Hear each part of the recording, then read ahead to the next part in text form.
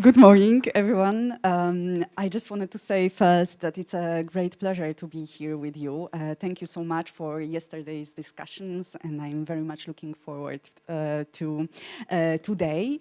Very briefly about the exhibition and the publication, because they are very strongly linked. So when Alice asked us to think about some artistic element for Green Academy, we immediately thought about this small, very modest exhibition, but very important for us. This is an exhibition by Ukrainian artist and book illustrator Anastasia Avramchuk.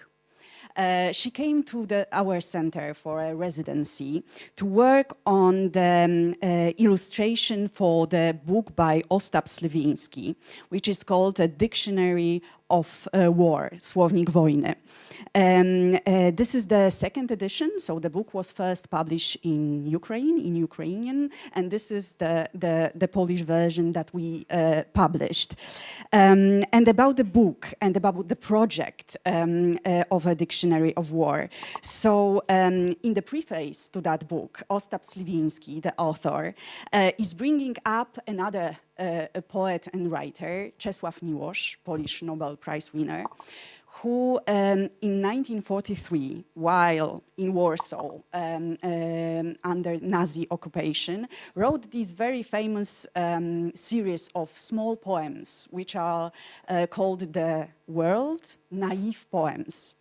And they are basically a small poetic meditations on the most simple words like love, peace, fear, but also a porch, road. Because the war, the experience of war is of course very profoundly changing the lives of people involved, but what it does, it's also changing the meanings of words. So some words are just becoming dull and need sharpening. Some of them are losing their meaning at all, dying. Some of them from forgotten past are becoming more important again. So when the full-scale invasion started in 2022, Ostap Sliwiński thought that it's also a time to rethink our dictionary.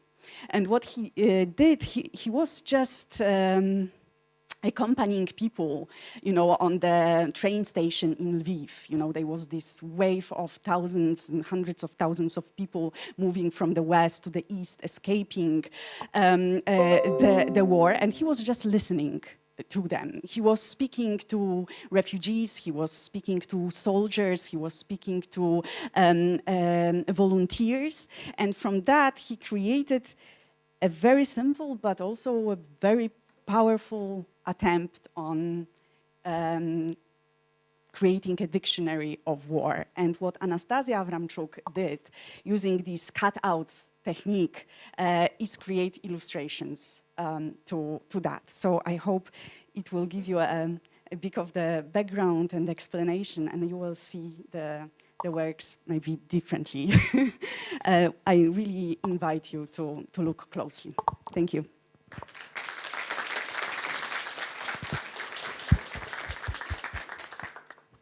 Okay, thank you very much, Veronica. Now I'd like to ask Laurent to introduce the first plenary session of the day. Thank you so much, Thomas. Good morning, everyone. For those of you who were there yesterday, I haven't recovered totally my voice, but we'll go on. Thank you for being so numerous again today as yesterday. It's the morning, so it will be filling up. I'm very, very happy to open the second day of the Academy with a plenary. That is the continuation of what we have discussed yesterday. For those of you who were there, we had intense debate on the question of security and how the Green movement should also reclaim in so many ways, feminist, green, inclusive and progressive ways, the question of security. So I'm very, very happy for our speakers and moderator to join us today. Really a great panel all of you. I thank you very much. So I would like you to give a warm round of applause, and the moderator will obviously introduce the different speakers. And have a good day today at this second day of the Academy. Thank you.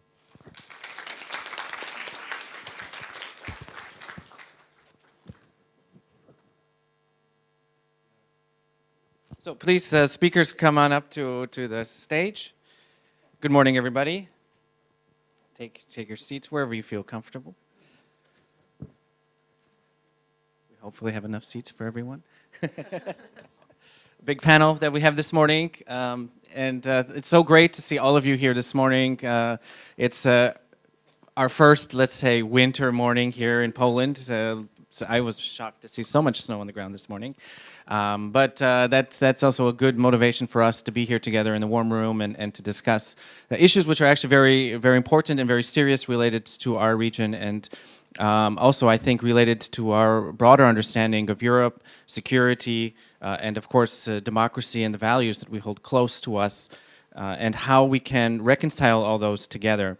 So we have a really good panel, and I know we are running a little bit behind time, so I'm going to try my best to briefly introduce our speakers, give everyone an opportunity to give kind of an overview, reflections on the issues and challenges that they see related to our topic, which is security and democratic resilience, from a focus on the Central and Eastern European region. And then we'll go into some specific questions that I have prepared for our panelists, and then of course we open it up, hopefully for a very lively discussion with all of you. Just to introduce myself, my name is Adam Reichert. I'm the editor-in-chief of New Eastern Europe, a journal which is based here in Poland, but we do publish in English. So please, shameless plug, check us out. We also have a podcast called Talk Eastern Europe, where we cover the issues related to Central and Eastern Europe. Our most recent edition was on the Western Balkans, so we cover that region as well. And the issue before that was related directly to security. So these topics for me are very, very close. And I also want to thank the organizers and the Green European Foundation for the invitation and for coming up with the idea to have this discussion, because it really is important to have it amongst also our community and our audiences, and not just have the topic of security from one perspective. I think we need to really look at it from a much broader perspective. So I'm going to briefly just introduce our speakers. We have with us Nicolae Ștefănuță, who is a member of the European Parliament from the Greens and European Free Alliance. He is also a full member of the Committee on Budgets and a substitute member of the Committee on Environment, Public Health, Food Safety, and Committee on Transport and Tourism. But I think also important, he's a member of the delegation of the EU-Moldova Parliamentary Association Committee, a member of the delegation for relations with the NATO Parliamentary Assembly as well. So thank you so much for joining us, Nicolae. Małgorzata Tracz is a member of the Polish Sejm from the Green Party, Partia Zieloni. And she is also a committee member of the European Green Party and co-chair of the Polish Green Party from May 2015 to January 2022. Thank you so much for joining us. We have Yevhenia Brychiniec, who is an executive committee member with the Cooperation and Development Network, Eastern Europe.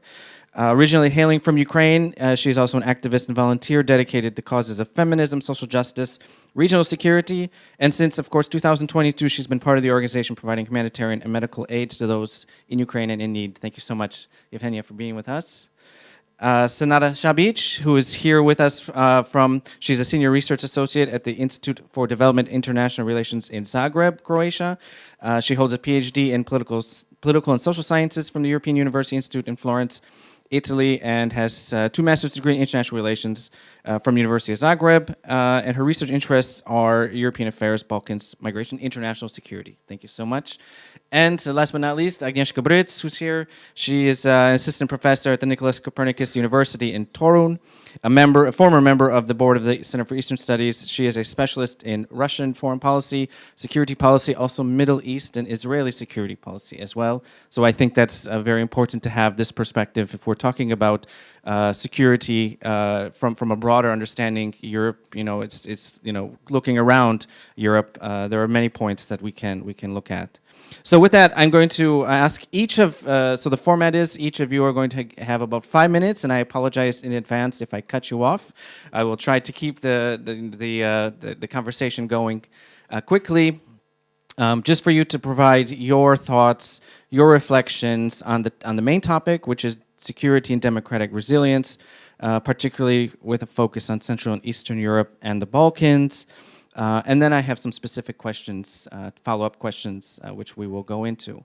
So maybe Nikolai, we can just start with you, and we will go around the panel.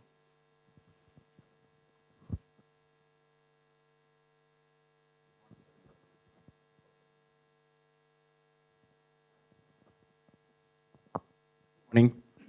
Dzień dobry. My name is Nikolai Stefanuța, Mikołaj. I'm very happy to speak in this panel. I would like to remember where we are. We are in Warsaw. Next year it will be 80 years since the Warsaw Uprising. To every Pole, this is a very, very pivotal moment. And it's a trauma that is present today in our foreign policy and understanding of what we do. Because on one side of the river, I don't think we see it from here, there was the Soviet Liberating Army who did nothing to stop the Nazi killing of Warsaw civilians 80 years ago. So you had there in one event the entire concept of foreign policy in the month of August of 1944. So when I speak about that, I want you who are not from Eastern Europe or not from Western Balkans to understand the place we are in, because the place is very, very important. There is a Bible quote, and it's very rare that a green quotes the Bible, but you know, in this heavenly picture of the lamb shall sleep next to the lion. I am always reminded of a quote by Woody Allen, who said, "The lamb should lay next to the lion, but the lamb won't get much sleep." So it is a reality in Central and Eastern Europe that we are in this geography and we don't get much sleep, because geography determines policy, determines outcomes, determines perspectives on things. So I personally am a proponent of a value-based foreign policy. We have a couloir as Greens. We have a path as Greens. Why? Well, what it used to be the consensus after Eastern Europe was liberated was of a liberal-based order, correct? A liberal world-based order. That is unraveling rather fast, I would say. You see different institutions, international institutions are unraveling. There's no more clear signs of how much international law is worth, how much you know, international organizations are respected, and how much they still have a power. So the right, the political right, is moving very much to the extreme right and to a conservative right, and leaving the space of values open. Leaving the space of values open, and I think we ought to get into that space of values, of a foreign policy that is based on values. I came today prepared to speak in the youth and women session, but it's okay, because I can turn the words around and apply them in my foreign policy and security and democracy speech, because actually it's not unrelated, because what happens to youth, what happens to women around the world in the foreign policy area, in Afghanistan, sufficient to say that, or in other places, is important in that kind of value-based policy that I speak about.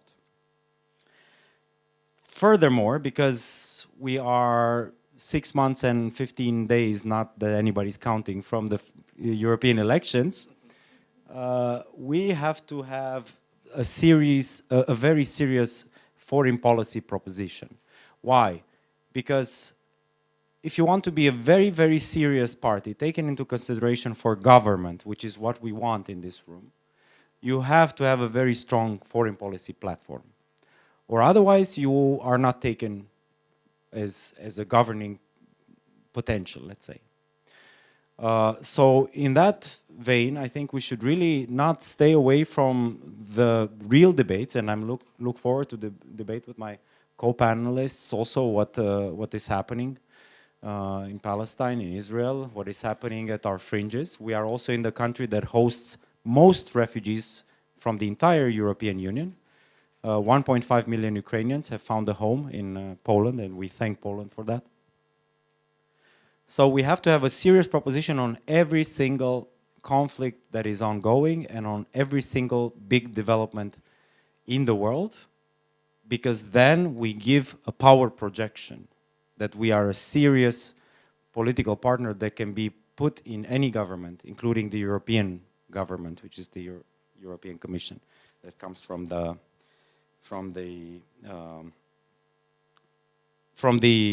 elections. Now, last point, I don't see democracy and foreign policy, because our title is kind of separate, right? There's two parts, security and democratic reason. I see they are interconnected, because what's happening with this unraveling of the, let's say, liberal world that we knew is in connection also with the unraveling of democratic liberties. It's not two ongoing processes that are in parallel. They're the same process. I don't know if it's clear to everyone. What's happening with democracy being attacked, journalists, NGOs, is the same as being in a war.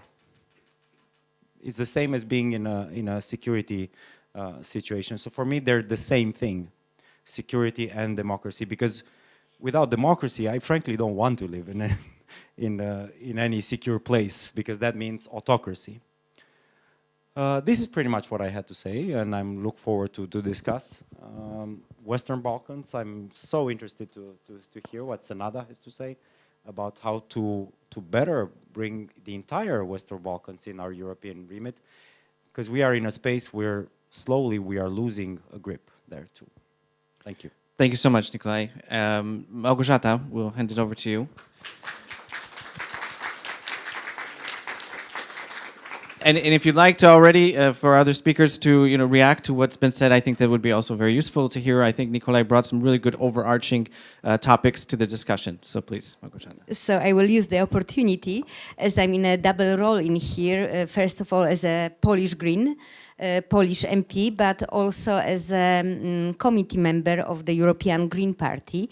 Actually, the security issue and democratic issues are right now the core of what we're working on our manifesto as European Green Party. As you know, European, and as Nico reminded, European election is coming, and as Greens we feel that the security issues are very important in member parties in Europe.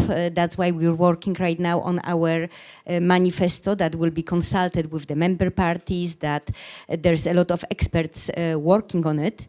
And referring to what Nico said, I would also say that this issue of security, but security seen in different aspects, not only the security in terms of army, in terms of like protecting us from war, but also the security that is concentrated about human rights, the security from natural disasters, the climate security, also the issue of migration. They are like the key aspects of our green policies. I'm very happy that we as European Greens actually are on the right side of the history, because we cannot talk about security and democracy right now without mentioning the Russian aggression on Ukraine. February 2022 was like a turning point for the Western security policy.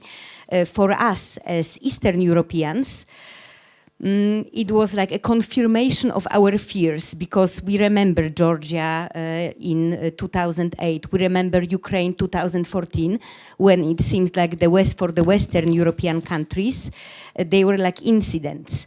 But for us from Eastern and Central Europe, that was actually the beginning of the Russian aggression and the war in Ukraine basically started in 2014.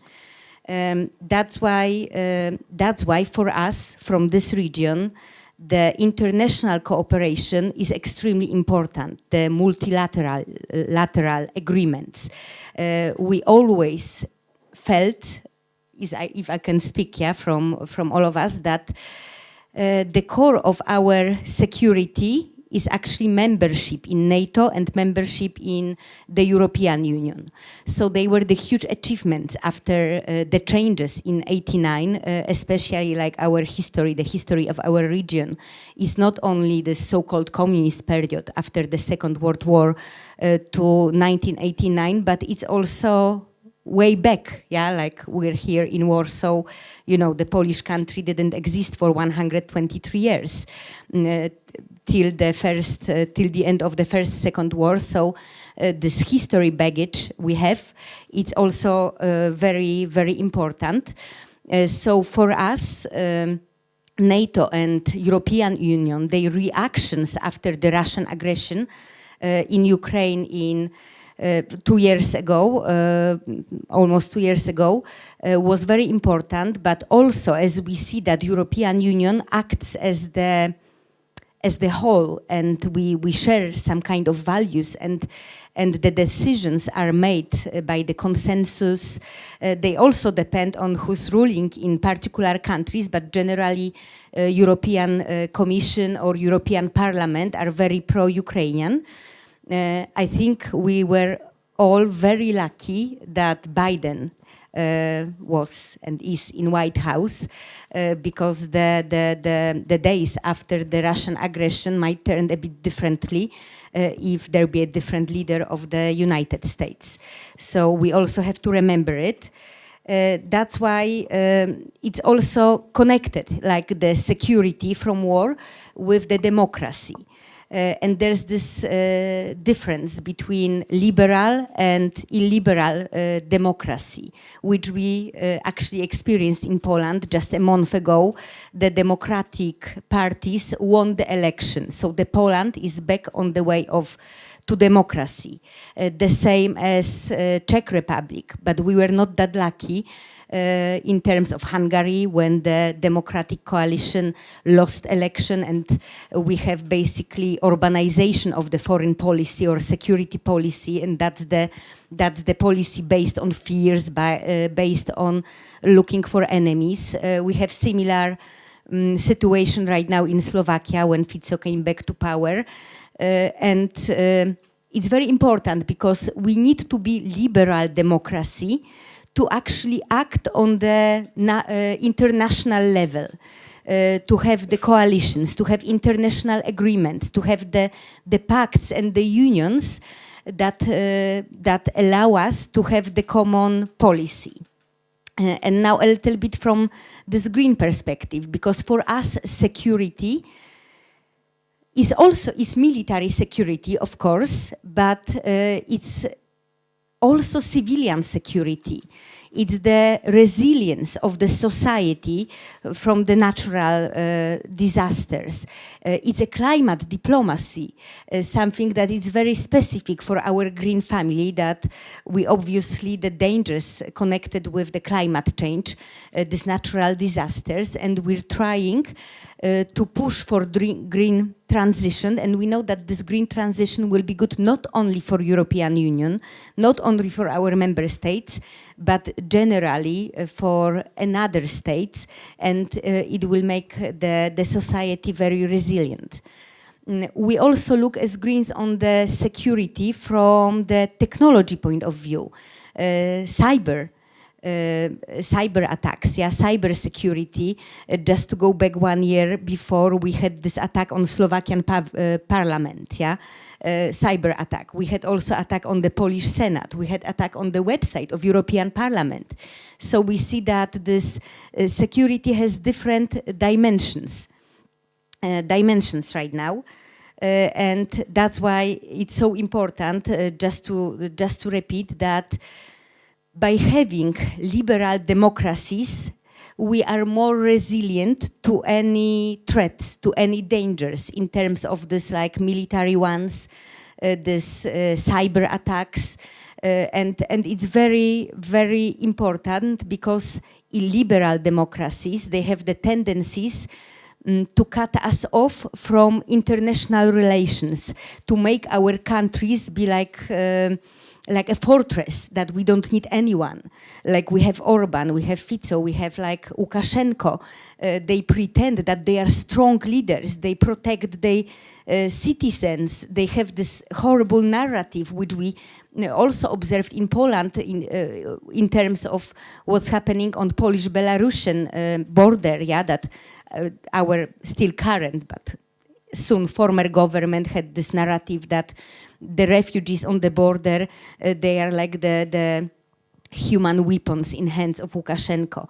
So it's not green politics, and only when we are the liberal democracy, we can actually look at the security from many different aspects, and we can make the core of our security human rights issues, that we look at the security from the human right perspective. It's not about our country being like powerful, that everyone is scared of us. It's about we protect our citizens, and human rights are the values which are very, very important for us, and our foreign policy and security policy is based on values and human rights. Thank you so much for that. And I hope we'll get more into that, into the discussion. I think you brought up some really good points, and I think very important also is the point of values, which already both speakers have talked about, and I think we will get deeper into that. So now I would like to hand the floor over to Yevgenia from also Ukrainian perspective, obviously, is critical from this point of view where we are in the region. So please. Yes, so hello everyone. Really happy to be here, and like happy to have this opportunity to be invited to be here, and happy to like be alive enough to be here.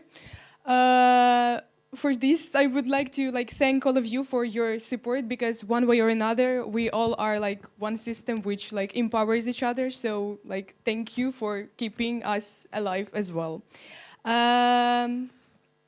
So basically, I would like to start with the like small reminder that Russian full-scale invasion of Ukraine is like not only a threat to like Ukraine's sovereignty or some like kind of local conflict, because it is like a threat to democracy overall and to the values which we are as like individuals, as activists, as MPs, as MEPs are standing for.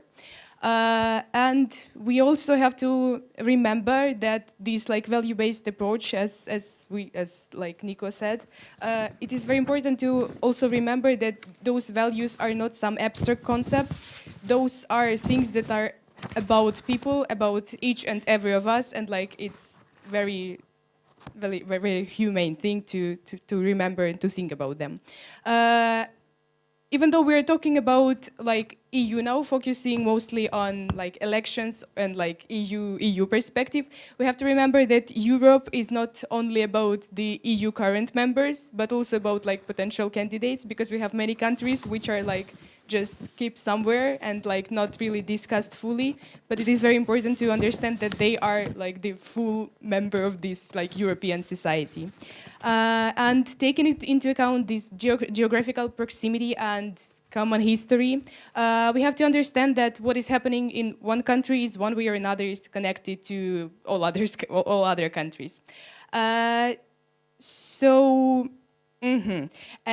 Basically, after the February 2022 Russian full-scale invasion of Ukraine, collective security has come to a spotlight in the like European political discourse. So it is clear that due to this like rise of authoritarian regimes and hybrid regimes, they are a threat to like democracy and to our like future as it is. And dissatisfaction with the current international collective defense measures is clear, since like more and more people are scared to live in their countries and are scared just to exist. And we are the ones who have to change this system and to like give people hope and give ourselves a hope as well. These issues, like obviously security is not only about the, like military part of it, because it's about energy security, it's about food security, it's about like media security, digital security, and every kind of security, which is very much interconnected, and all of them are also like part of this imperialism and neo-imperialism, which is existing like everywhere still.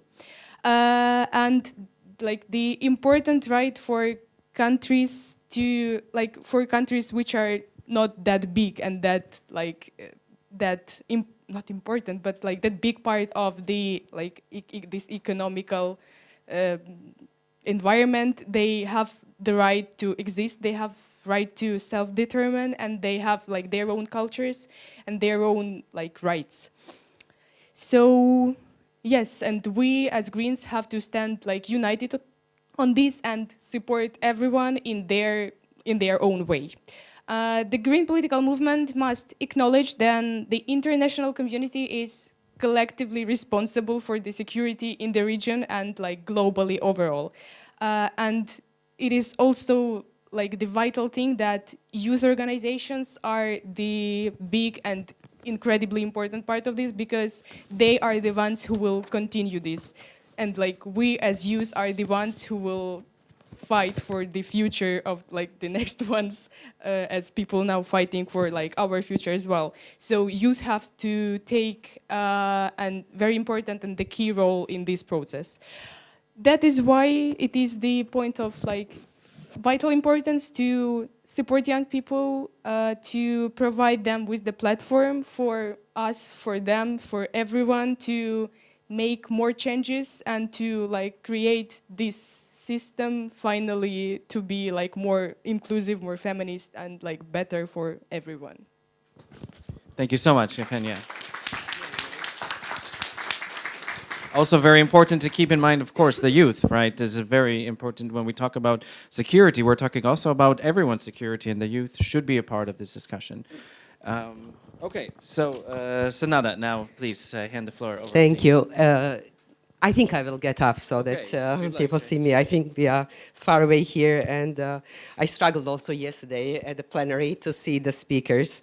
So I think this is better. Good morning, everybody, and thank you for being early here. I'm sure by the afternoon the room is going to be full, so this is special. Note to those of you who are already here. I have been asked to connect the Balkans and this region and today's discussion, but so much has been already said that I will use only part of my introduction devoted to the Balkans, and then also the reflection to reflect on what has been already said as a way to continue our discussion this morning. I come from Croatia, and which is the latest member of the European Union. The country has joined the EU 10 years ago, and since then we have not had any new enlargement. Evgenia mentioned Ukraine. Now we have new candidates, but the Western Balkan countries, 6 Western Balkan countries, have been waiting for the EU accession for years, and nothing has been happening. Now we are discussing, especially with this geopolitical moment in Europe, a new enlargement. This is a big question in Europe. How do we proceed? And do we proceed at all? Enlargement is going to be a big test for the European future. Do we survive? Can we reform the EU in order to accept new members? Can the EU function, and how the EU is going to function with 30 plus more members? How do we use veto, and what do we keep veto for in order to allow the Union to function? I think what is important, especially in the reflection of the Balkans in the context of peace in Europe today, or what kind of peace, or do we have peace in Europe, basically, with the Russian aggression on Ukraine, is that the wars in the Balkans ended almost 30 years ago, or a little bit less. But the genuine peace or the genuine prosperity in the region has not happened for different kinds of reasons. One of them, and I think this is really important for you thinking about what kind of societies you want to build. The toxic nationalism that fueled the wars has not died out, has not disappeared. There is really little civic concept and much more ethnic concept, much more polarized identity politics rather than inclusive, open, tolerant, democratic societies. So this is one lesson. Once you unravel your societies, it's really difficult to build them up. I think this is really the most important lesson that we need to learn, that to preserve peace in Europe is really, really important. The EU, the European Union project, the European community as it started, and now the European Union, we need to remind ourselves, is primarily and fundamentally a peace project. The enlargement that we are discussing now is again a peace project. It's not about how the EU is going to be more economically strong, or how the EU is going to be more populated, or how the EU is going to be, more vibrant or something. It's really the peace project. How do we preserve peace? Because without peace, there is no other action. And I think this is why it is important that the Greens also discuss hardcore security. Because soft security is important, but it does not exist if you don't have physical, primarily fundamental security. In the Balkans, there is, when we discuss why the political parties which fuel division continue to exist, is because we don't have the sense of stability and security, the fundamental security. People fear new wars. People fear new violence and instability. And therefore, they give votes to those who promise to bring them stability, although we know that this is a twisted game of corruption, and because then they create instability in order to present themselves as defenders of people's security. So this is a different game, but I want us to understand that this kind of game and narrative is also played on a lower level in other European societies. Our discussion and debate of security is internal, as Nikolai and others have also mentioned. Foreign policy is a reflection of domestic game. Our societies are divided, our societies are polarized. And our fight for Europe is also a fight on the domestic front, is a fight for democratic society. But also understanding that the investment in peace and stability is the element of the resilience that that sustain our broader European Union as such. So the last element that I want to underline and basically come back to the initial thing is that the EU project allowed for 70 plus years of prosperity in the European Union. It's huge luxury. And I don't want us, we now live in a completely different world. We have war in Europe again. If we exclude the Balkan wars in the 90s, which most of you did not notice, but now we have the major war. And our transatlantic, I mean, we heard earlier that the European security basically depends on the transatlantic partnership or the NATO. We do need to discuss also our own security in terms like how do we provide for ourselves in case our transatlantic partnership may diverge, or maybe the United States decide to focus on other parts of the world rather than on Europe. And this is something that I think in the context of economic prosperity and nice life, we forgot that we need to think about. Yesterday, the Italian colleague asked, what do we invest more? Do we invest more in the military, or do we invest more in climate? And it's great to invest in climate, in education, in healthcare. This is all important and essential for our societies, but only if we have peace. So I think we can't choose either or. We have to think both. Thank you. Thank you so much. Thank you, Sanada. A lot of very important issues that you brought up, and I do want to follow up during the next session.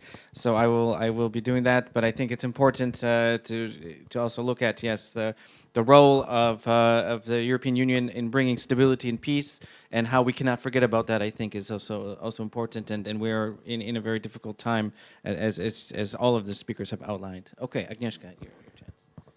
Yeah, what to say, what might be quite interesting and quite smart after so many brilliant thoughts. But I will try because, you know, what I would like to say is that, you know, we have to once and for good understand that 2022, maybe 2014 was for us, for democratic world, the moment, the breaking moment when democracy has become no more a part of soft power, but it has become a part of our security. And this is important to understand that this is really a vital for our democratic world, just to think about democracy as about a part of our security policy. Why? Because what we are today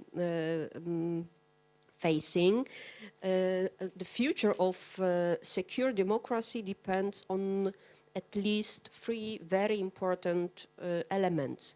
The first one is, it has been already mentioned, the first element, the first factor is election in US next November.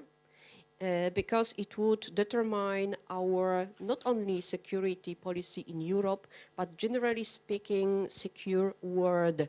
Because this is, you know, the direct impact would be on global politics. So this is very important. So November 22 and the risk of Donald Trump coming once again to power. So this is number one. Number two, the element number two is maybe our elections, Euro elections next June. It is also very important for making democracy more secure, because what we are risking is alt-right parties, more conservative parties, anti-European and anti-Western parties, gathering more voices in Euro Parliament.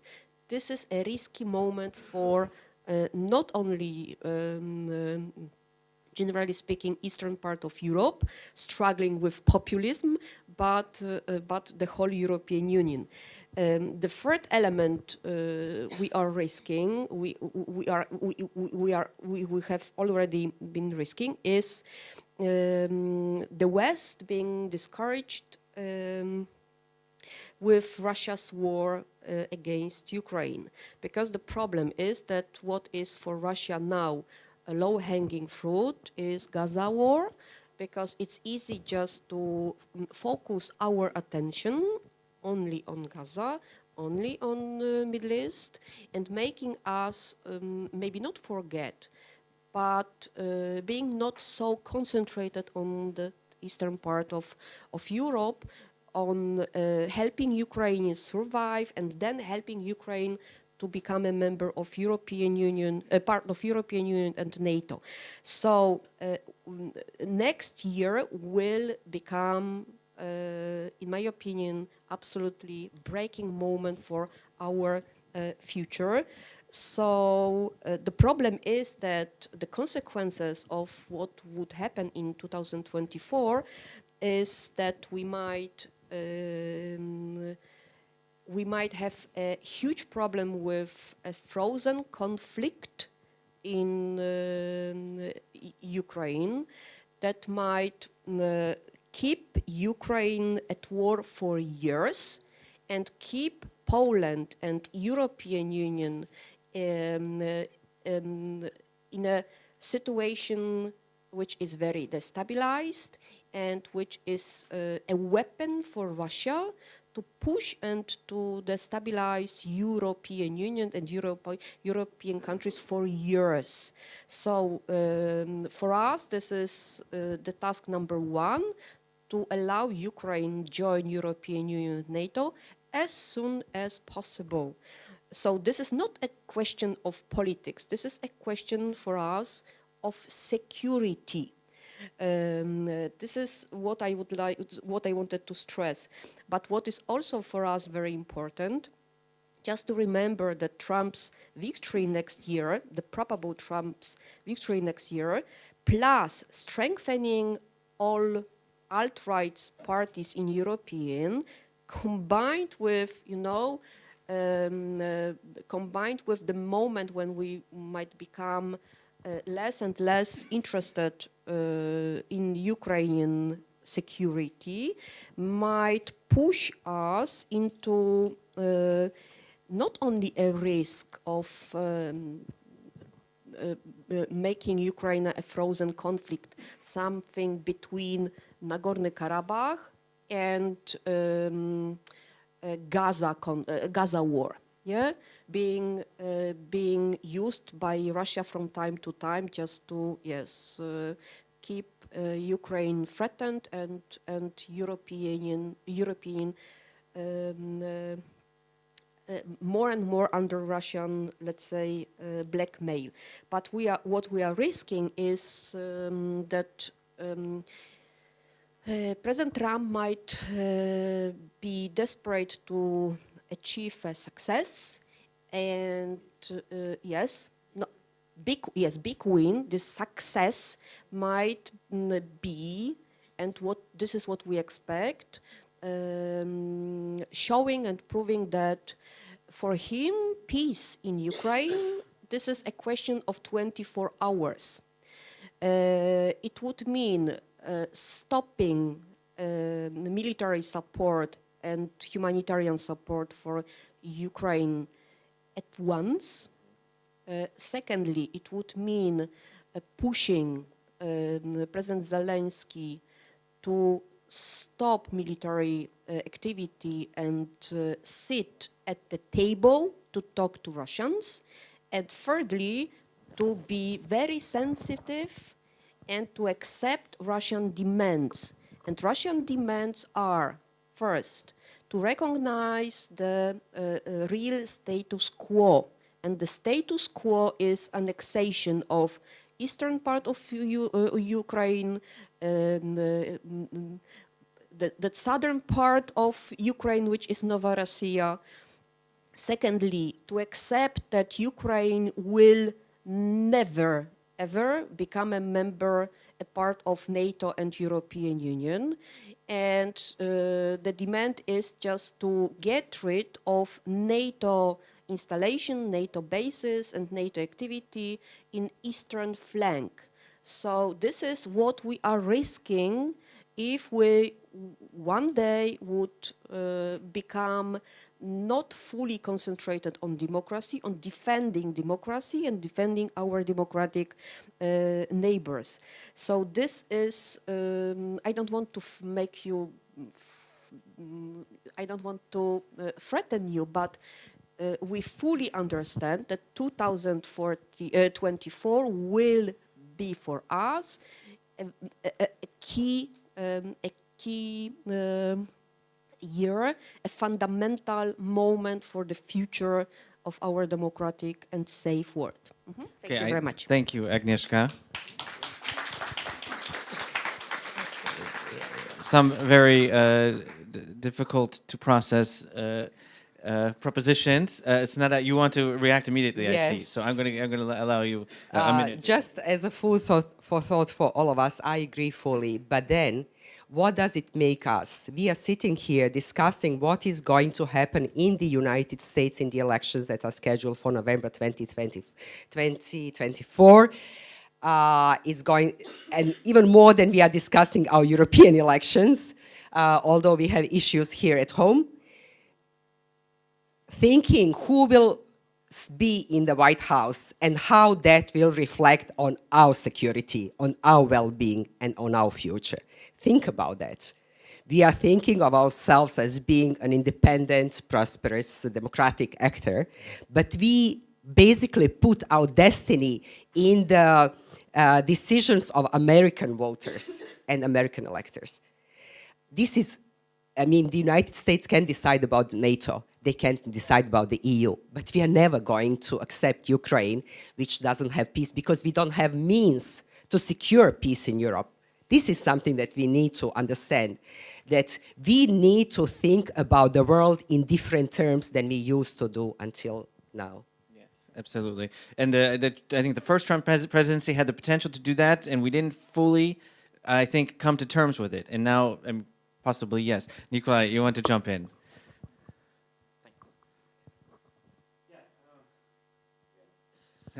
It's your job today to turn on my... Yeah, I think it's one political point that I would like to bring up. I think we lack perhaps a sense of urgency, and some of the speakers have mentioned the sense of urgency, because we are from NGOs, from green parties, from different things, but perhaps we don't feel how important this really is. You mentioned that Trump won, you know, the word resilience. What does resilience mean? Withstanding in front of difficulty or in spite of difficulty, bouncing back. So because of the justice system in the US, it was possible to bounce back. Remember all the decrees that brought children, migrant children into isolated spaces. Remember all that that happened during Trump 1? That was because of the courts that we were managed to push it back, push all that authoritarian crap back. But it's not clear if Trump 2 would be just as successful, let's just say, for the world we like. And second of all, why I mentioned the urgency is that I campaign in Romania. There's no open secret, we all campaign already. So I campaign and I talk to people, and I see some of the civil society being kind of relaxed, saying, oh, so what if the extreme right wins? We have a big extreme right party in Romania. You know, we'll continue to get our Norwegian funds and civil society, but how do you know if you will continue to get them? You know, what if the extreme right comes into power and then no more foreign NGOs financing, like Orban is doing, like here it was tried to do? How about your abortion rights? How about your, reproductive rights, etc.? Like here, no, in the country we are in. Are you sure they are there forever? So I really want to push this sense of urgency to defend and to fight for these rights, to fight like tooth and nail for them, not just like relax, come what may, but really, really go out there and fight like it was your life on the line. Thank you, Nikolai. Maybe I'll just go around a little bit with some questions following up on these discussions and related to what I had prepared, but maybe we'll tweak it a little bit. So, Małgorzata, I want to ask, just exactly what we're talking about. All these threats to our own values, to democracy, to security, and talking about the resilience of societies. And of course, we are here for the Green Academy. So I guess I think an important part of the discussion should be what can the Greens offer in this context. What are some solutions that can come from our communities based on our values? Of course, but maybe first I will refer, because it was important what was said about I mentioned Biden as well, that we were lucky that he was in the White House. Then we had the whole part about who will be the next president of United States, and it is important. But it doesn't mean that we as Europeans have like no choices, and that's one of our green approaches, that we want European Security Union. So we really have to put more on the European security, and by this I mean different aspects. It's of course still like diplomacy, peacekeeping missions, multilateral agreements, because basically, to be honest, if we don't want to spread weapons, or especially nuclear weapons, we cannot do this on our own as a single country or as European Union. We need this international cooperation for it. So still, these diplomacy actions and responsible, even I would say feminist foreign policy, which this feminist foreign policy is based on values, is based on human rights, and it also looks at the gender perspective, not only about who is doing the foreign policy, if it's male or female, but also it looks at the society or even on the global level from the perspective of gender, yeah, because we know that women are very often victims of the conflicts or bad illiberal policies. So basically that's one way of action as European Union, this as we call it, like soft power, building alliances, yeah, peacekeeping missions, also trying to prevent conflicts also by the humanitarian aid and like donations. But I think we also need to think about resilience of our societies, what we mentioned in terms of democracy, yeah? That only democracy, liberal democracy, can make us secure in many different levels, in terms of energy security, in terms of like war security or climate security. But as European Union, and that's one of the concepts of this our European Security Union, is that there has to be like stronger cooperation on the military level between member parties, and it's for example about maintenance, about procurement and supplies, that we need to have like a common policy, yeah? How we act about buying weapons. We have to have like control to whom we sell weapons, and these military actions on European level are becoming more and more important. But of course, as European Union, we cannot forget that the part of the security, it's also the approach that includes climate, migration, energy transition, and cyber security, that it's not only military. So we see that it's very complex process, but I think it's important, and that's also what the colleague from Croatia said, that not only soft power, but it's obvious that we need an army as well, and being a part of NATO, we need to modernize our armies and be ready. However, we always look at it from the perspective not only military preparation, but also climate and security approach to be the part of EU security policy. Thank you so much. I think that's really important what you were saying, because as progressives and Greens, we kind of have this aversion to talking about hard security and talking about military especially. But I think it's so important when we have to look at the broader picture, because resilience has so many different aspects, as you were saying. Yeah. If I can just add one thing to it, I think the Russian aggression in Ukraine actually shifted the approach of European Union to it, yeah, because so far it was very Western centered, and the war has shifted like east with the Russian invasion on Ukraine. So I think then became all the issues came up, yeah, like should we support Ukraine only with humanitarian aid, only with welcoming refugees, or we also support Ukraine in a military way? And I think that was like a huge debate in Europe, and it was also a huge debate among Greens in Europe. But no, we strongly stand for Ukraine and on the position that we have to support Ukraine, and also like another reflection, maybe more for Agnieszka Brits, because maybe it's not a concept. I think it's kind of the history that when we have one conflict in one part of the world, then another conflict that were like under the carpet, or we thought that they don't exist anymore or they're not in fire, they become important. What we had with Karabakh, right now with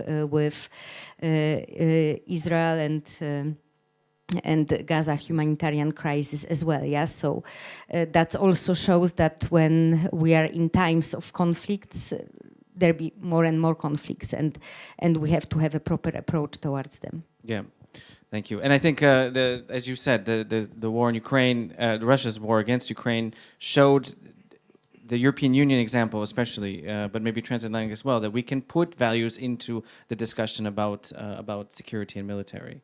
Yevgeny, I want to come back to you because we're talking about Ukraine, we're talking about security, and we're talking about resilience. And I wanted to just get your perspective briefly about social resilience and democratic resilience, because I think Ukraine does show us an example of that.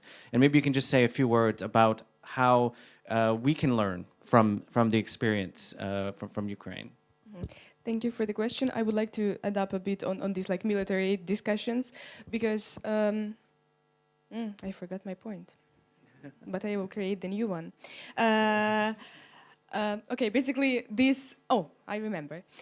These, like the military aid, the weapons for Ukraine, it is not like the weaponization just in purpose of weaponization. It is like for a reason. It is for defense. It is for like survival. It is for existence. It is the existential question, and like it is just things that have to be real. Also, the second thing about like this system you mentioned, like that we have to rethink the world as it is and the system as it is, because like as for now we are waiting for peace, while peace is like basically guaranteed by nuclear weapons. I mean, the amount of peace in the world is like directly connected on like nuclear weapons holders, and like on those who like what are they going to do with their power. And also to this, like a bit to this part about like negotiations and peace talks and peacekeeping. It is very important. I mean, every war ends with negotiations. It's the obvious part. But this is like the time period of negotiations has to be the right one, because now it is not the one. And like the war started in 2014, so and from 2014 until 2022, we had like more than 20 rounds of like these peace talks with Russia, Minsk agreements, and like none of them works. We all see what is happening now. So like the negotiations are the key, but like according to the situation. Coming to the question of like this social like resilience and people reacting, it is very important to understand your role in the society and to like participate fully, and to be ready to give not everything you have, but like as much as you can to support everything that is happening. Because I mean, Ukraine is, we had plenty of revolutions, and like most of them were successful because people, like young people started, everyone else like, oh yes, this is a good one, we will join. And like the revolution of dignity in 2014 basically happened like this, because people were against this like pro-Russian path that the former president decided to take. And people are standing for their values, they understand what they are standing for. This is like the main point for me, that you know what are the things, like what are the values and what are the like important moments that you want to see in your future, and you can contribute as much as you can to like support and to have them real. So yes, please go to protest if you have something bad in your country, because if we are not protesting that, no one is protesting, then like we are the ones to change everything. Thank you, thank you.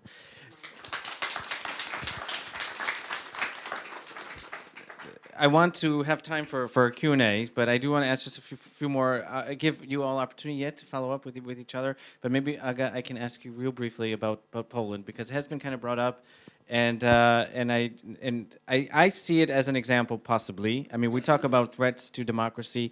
They are external, but they can also be internal, and we've been dealing with that here for 8 years, and then we're talking about democracy, participation, resilience. We had a turnout of 74% of the society in Poland, which is phenomenal for this country. And young people on a massive, really unseen scale, unprecedented scale, came out and gave their voice and participated in democratic procedures. So my question is this hope that we can see, this is a sign of resilience, social resilience, and maybe an opportunity to overcome these internal threats to democracy?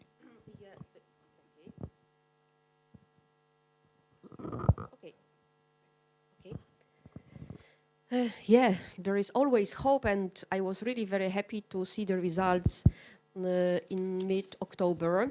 But immediately, 10 seconds later, I started being a little bit afraid that, oh my goodness, not to spoil this success. Oh my goodness, how to do just to make democracy win for good in Poland.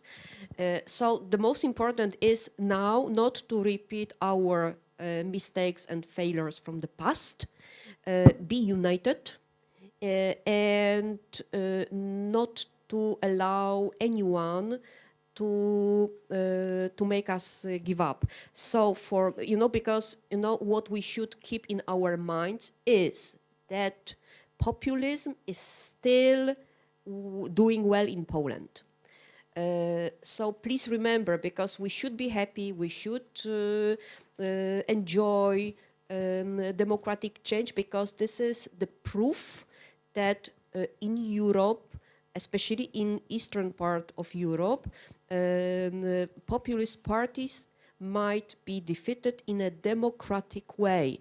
This is something huge. So we should be proud, but we have to, but we have to work really hard just to keep this success, because the problem is that still, Law and Justice Party, which is not only conservative in values but very populistic, is still, despite of the election failures, but it is still very popular in Poland and is going to regain power in future.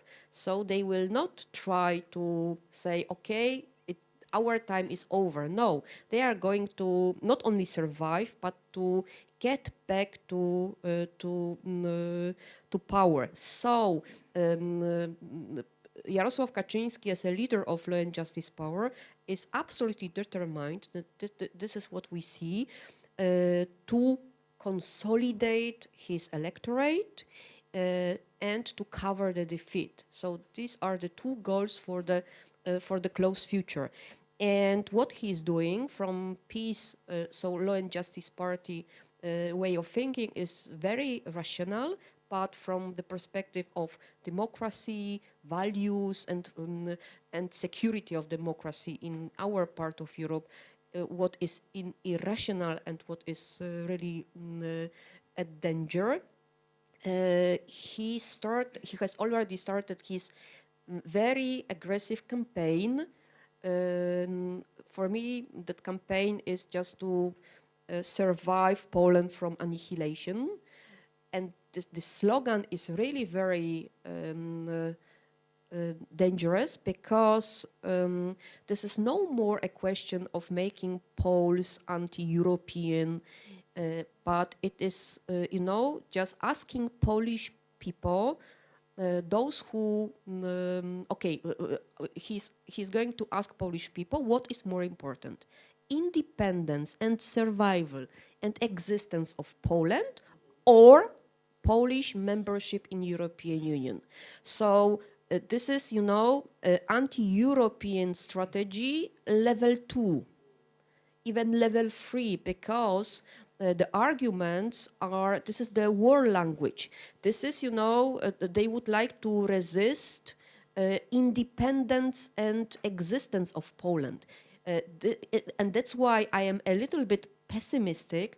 Maybe I am optimistic because, because of really a real hope and chance to keep Poland democratic.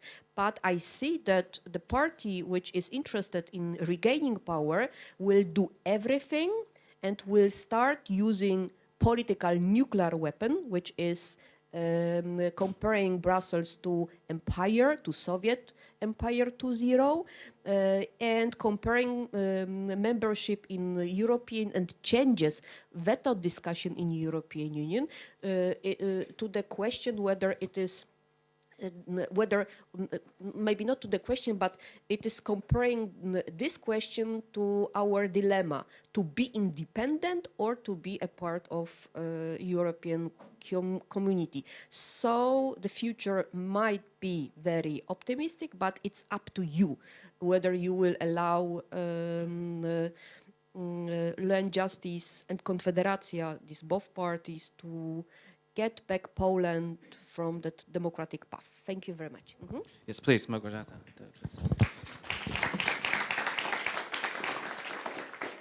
Can build a little bit on Poland. I agree that the democracy is not given. It's not that we won as a democratic parties, democratic coalition right now, and it will be forever. First of all, we have to deliver. We had a lot of promises. We cannot leave women without human rights, yeah, as it is right now. We have to deliver on protecting nature. We have to not only change like judiciary system, which is of course very important and very needed, but we have to deliver our promises given to different groups of people, because the danger that law and justice will come back is very high. And we saw it in Slovakia as well, yeah, when the populists came back to power, even if it was this, you know, the night we thought that they didn't, then we had the morning when it appeared that they won. That's why we have to deliver. We also have local election upcoming, yeah. It's not only European election. Even if European election from the Polish perspective, it's extremely important. We have a lot of MPs. MEPs in European Parliament.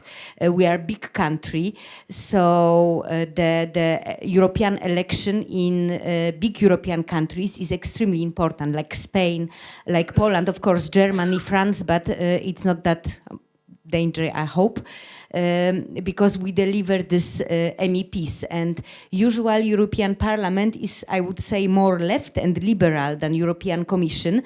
That's why when there's this negotiation between them about, let's say, ambitious climate law, about human rights, it's always, you know, a bit higher, yeah? And that's why as European Union we can be this progressive common union. However, yeah, coming back to Poland, we have this local election. The situation is quite complicated because we have mostly democratic mayors of big cities. And of course, for these 8 years, Law and Justice tried to do everything to give them obstacles, yeah? Like less taxes to spend, new responsibilities in terms of education, but without extra funding. So they built it up, the narrative, yeah? Like the mayors are bad and now we should take over the power on the local level. I think it will not happen, yeah, this April next year, because our local authorities and local society is quite resilient. However, I think it's a real danger on the national level, and basically it's our obligation and our duty as democratic parties, as coalition of democratic parties, to deliver and to remember about social justice and social rights, because each time when liberal and left elites, let's say, forget about social issues, then populists come back to power. Thank you. I want to give Senada and Nikolai a chance. If you want to just add something, respond real briefly, and then we will turn it over to the audience. Just wanted to give you a picture of what that means. So if we as Greens in the European Parliament lose even 10 people, 5 people, that means the nature restoration law would not have passed. That means if we lose 15 people, it would mean that the air quality directive would not have passed. And if we lose even more, it would mean that next week we have a sustainable pesticide use regulation that will not pass. So just these differences are, you know, between life and death, so to say, for our policies. Senada,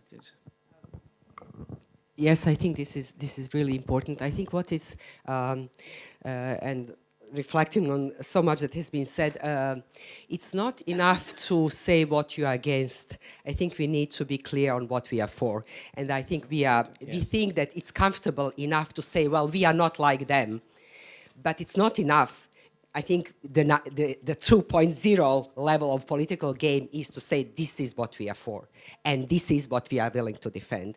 Because what is at stake is not only like the moderate political debate on certain issues in our societies. It's really about the rules of the game, because we allow democracy to have like those who win in elections to hold power and then to change, to implement their policies or to navigate in their direction. But there will be a new round, and if we organize again, we will win better next time. No.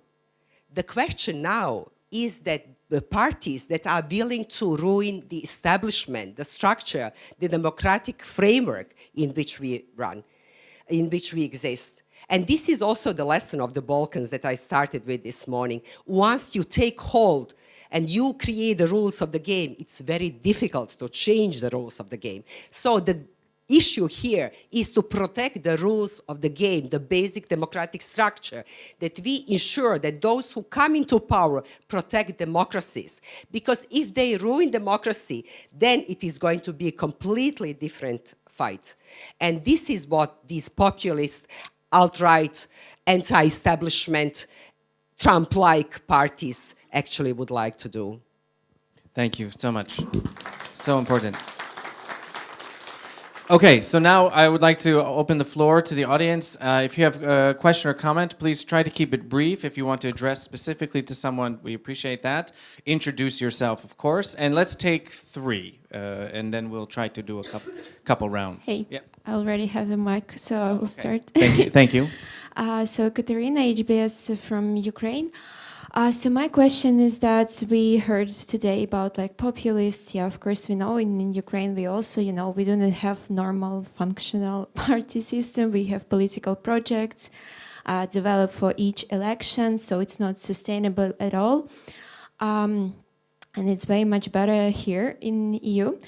But from Ukrainian perspective, we also saw a lot of questions arising regarding informational security.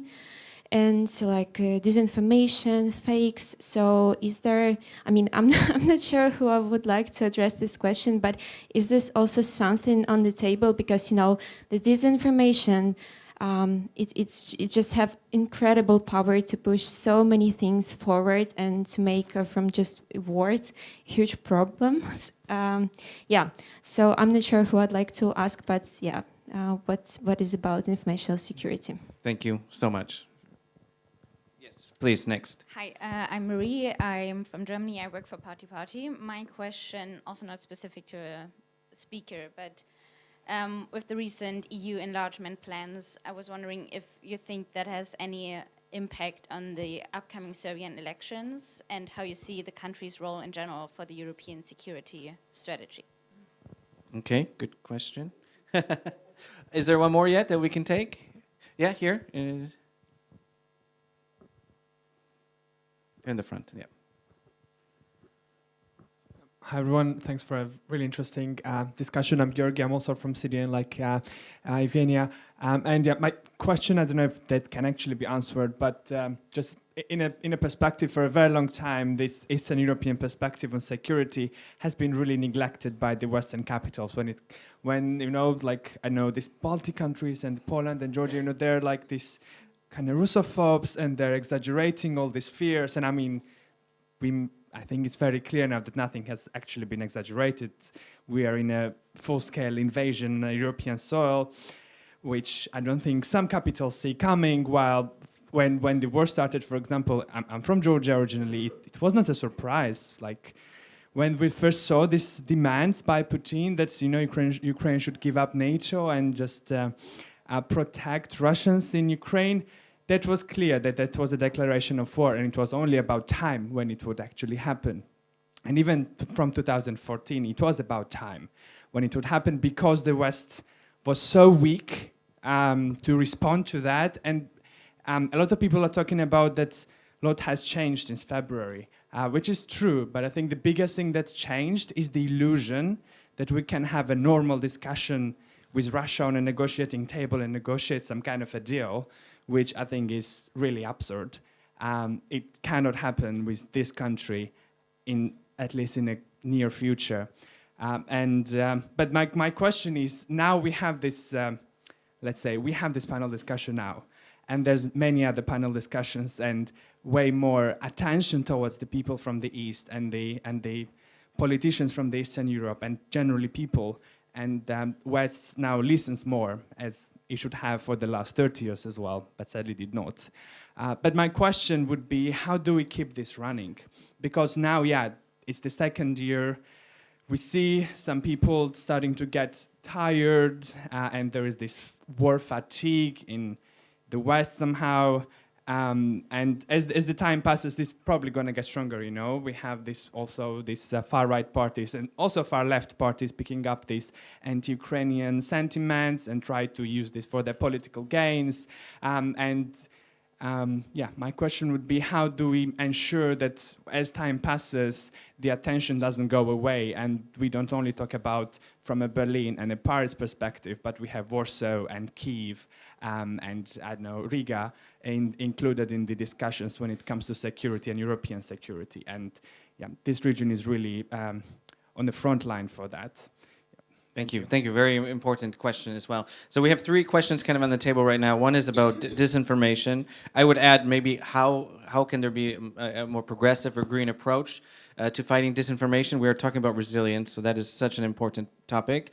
One on the upcoming Serbia elections and enlargement. I think, Senada, that probably is in your field. And then about how to avoid this war fatigue. And I think that is also a really critical topic. Who would like to start? And if any volunteers? Nikolai, yeah. So maybe we can just go, if any, we just go through the panel at the moment. On the war fatigue, the people in Ukraine know best. When you are attacked, you cannot be fatigued. You just continue fighting. So that's my answer. I think we should kind of put ourselves more in their shoes and be leaders, you know, be out there and say, hey, population, this is what this is about. It's also our security at stake. Sorry that you're tired, but we still have to get to be, you know, there for them and there for us. Thank you.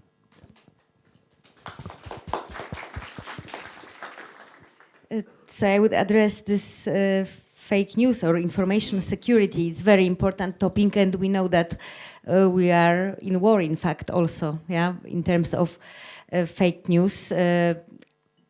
My response will be a bit obvious, but I think needed. So education, I know that some European countries are already having the lessons at school and teach how to recognize the real information from the fake news.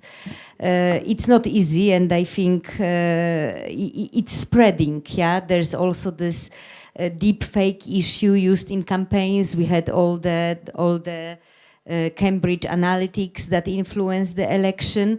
So I think basically the cybersecurity is also the issue in terms of the countries, yeah, or protecting our systems, and education for us as the society, not checking in different sources, but I know it's not easy, and also like more and more populists we have, more and more fake news are produced. So it's also about this resilience of democracy and building the civic society that is able, yeah, not to be under the influence of populists. And about the war fatigue, it is, of course, a big danger, yeah, because the war goes on. I think it's a bit different in Eastern Europe when we still feel it, yeah, and we still feel this danger, and it's different for, I think, over a year in Western Europe when people kind of blame war for high energy prices and everything like that. It's kind of unexpected that also we as Greens in many countries are blamed for energy prices, even if we are the ones that always had solution, yeah? That we need energy security, energy independence, that we have to stop. We have to be free from fossil fuels, from Russia, from authoritarian countries. And I think that as European Union, as member states or the states that will be hopefully soon in European Union, we have to really put forward the green agenda, European Green Deal, and also green transformation, but just transformation that doesn't leave anyone behind, because both the Green Deal and Social Deal are equally important, and we cannot do green transition without looking on the social effects of it. But I think that putting forward the green transition is something that will give us the sense of security, and also the reason why we still help Ukraine, and we don't have this war fatigue, because we know that we want the green transition also for Ukraine and other countries. Thank you. Evgenia. I would also like to comment on this war fatigue question, because I understand that people are tired. I am also tired. Everyone is tired. But just a small reminder that several times a month I wake up with the sounds of explosions and missiles flying around. It is not the thing I want to wake up. Some people in Ukraine waking up to these sounds every day, every hour. They can hear this, and it is very hard to still have this light inside you to continue living when you see nothing around. So just for you to understand that you are so privileged to live your peaceful lives, and being peaceful is a very big privilege. And we all have to understand that yes, we are tired, but we can work with this tiredness easier than we can work with missiles flying. Also, about this blaming, people blaming war, people blaming energy prices, people blaming Ukraine, people blaming something. But the point is we have to switch the focus, who are we blaming, because it is the Russia who is the reason for this. There are also some other reasons, but the biggest one is the Russia. So we have to not this abstractly blaming war and saying war is bad, Russia is bad. Let's have it like this. Let's play from here, and from how to not get people tired from the East perspective. It is not about not get people tired, but just stay vocal and continue sharing things that we know. And from the perspective of the other side, for me it's also about the question about decolonization and education, because this is the pattern that East is less important than West. So it is also about the education system in the Western countries, and them are understanding their again privileges and working on them by themselves, because it's their work to perceive this world as it is. Thank you. Thank you, Evgenia. I think actually I wanted to say something else, but now what you said reminds me, it brings back my trauma, because I am also a survivor of the Balkan Wars. And I think what we heard about what Russia is to Eastern Europe or its neighbors, unfortunately, Serbia is to its neighbors. And we are still dealing, so this is partially answering your question related to what happens at in the elections in Serbia next month. Unfortunately, I think the authoritarian leader will win again and will have reinforcement for his destabilizing policy towards neighboring countries. Serbia did not introduce sanctions against Russia, and Serbia is trying to play the game of wait and see what happens.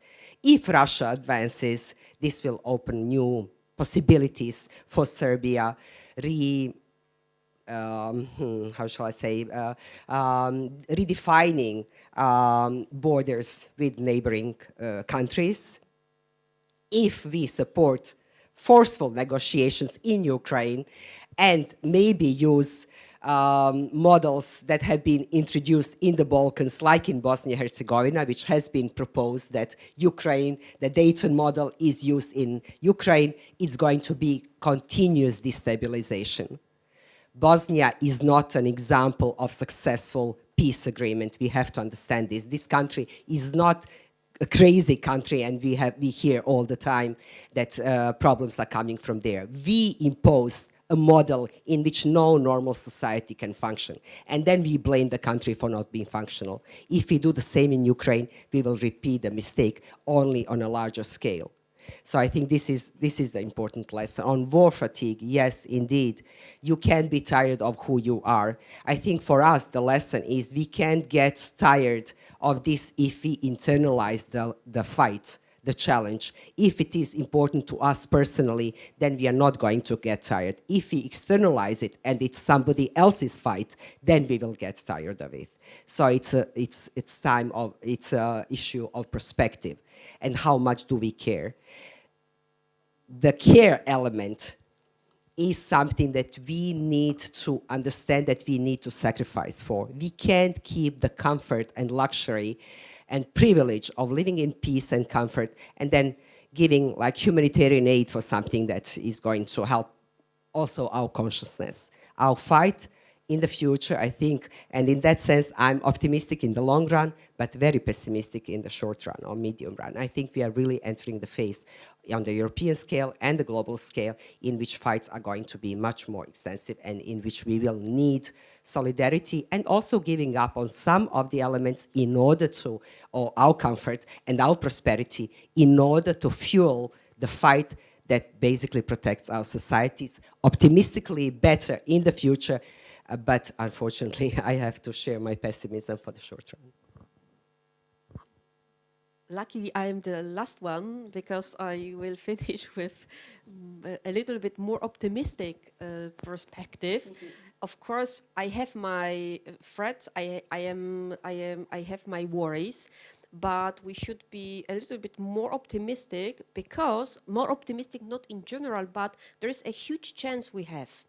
Because 2022, for us, this is the moment when eastern part of Europe, not the western one, but the eastern part of Europe, turned out to has right. By warning that Russia is imperialistic power, revisionist power, and we should defend ourselves from Russia. So we were right, but this is only step number one. But step number two was that the eastern part of Europe has become the leader of so-called camp of victory. The western part of European members, they belong to so-called camp of peace, being ready to dialogue and talks to Russia. But what we have today is that because of us, because of solidarity mostly among Eastern and Central European countries, the solidarity is not perfect, but it's better than nothing. But the outcome is that today our Western European colleagues, they are waiting for our proposals, our ideas and concepts, how to build the future, how to create new strategy on Russia, but with our way, with assuming our way of understanding Russia, of perceiving Russia, because that new strategy might be not with Russia, might be not withdrawing Russia once again, but the strategy might be against Russia. It would be the final decoupling Europe and Russia. So this is very important not to wait for Western initiatives. The most important is to be more proactive. This is what we have to learn, not to wait what our German or French colleagues might propose. We should be more united. We know the goal, we know our interest, and we should be more active and give more initiatives in Europe. This is what we can do, and this is what we should do. And this is why I am more optimistic, and I think that the 2022 Russian aggression has learned us that our Eastern European voice might be more seriously treated in the West, and this is what we must continue. Thank you very much. So keep on doing this. So we've, I think what I would propose is, because we're already 20 minutes behind the program, is that we can continue these discussions during the break, because we have a break now before the next series of sessions. But I would just like to thank all of our speakers for your really insightful food for thought, some ideas, important inspirations, also some warnings that we need to keep in mind as we think about how we can shape the future. I thank you once again. Please join me in thanking our panelists. Please. From the organizers, I have a message. I am to remind you or tell you that tonight we are looking forward to have everyone at 8 in Club Opera for dinner and drinks. Nice. They must register at the reception. Okay. Register at the reception, there's a list. Thank you.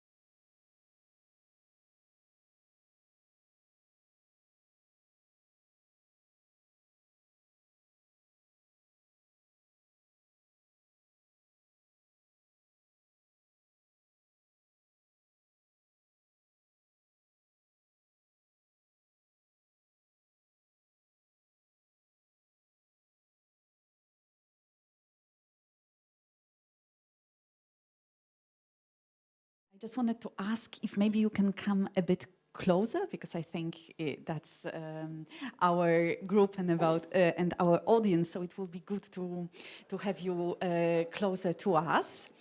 And we will start our panel. My name is Weronika Czyżewska-Poncyliusz. I'm a member of Borderland Foundation team, and it's my great pleasure and honor to moderate this session. A session on peace building, which we hope will give you some overview and insight to the different practices and experiences.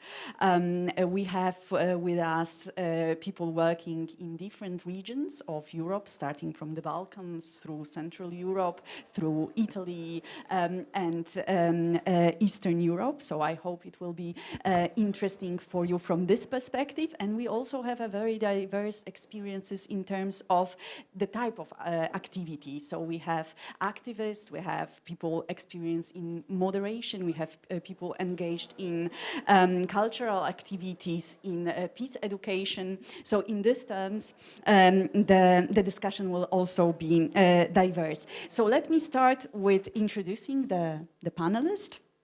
We have with us Bianca Wierda, who is a program director in the Youth Initiative for Human Rights in Croatia, with an extensive experience ranging from activism to social and institutional advocacy and education, mostly focusing on the politics of memory and reconciliation in Western Balkans.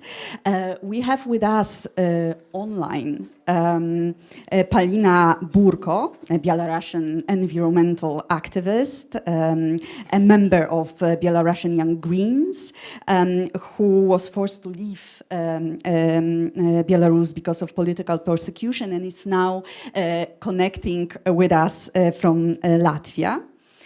We have with us Noam Pupko, who is the managing and designing educational programs at Rondin Citadel of Peace institutions, focusing on conflict management and peace education. This session. And we have, so here we have this perspective of practitioners and educators, but we also have with us Joanna Kaminska, who you probably know from yesterday.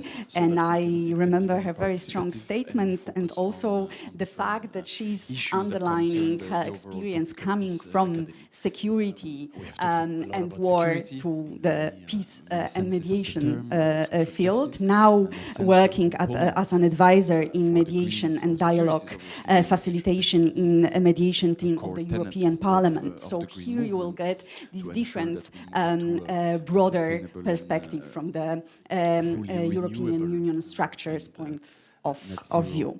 I was asked to also tell you a few words about the Borderland Foundation and the work that we do and how we understand peace building.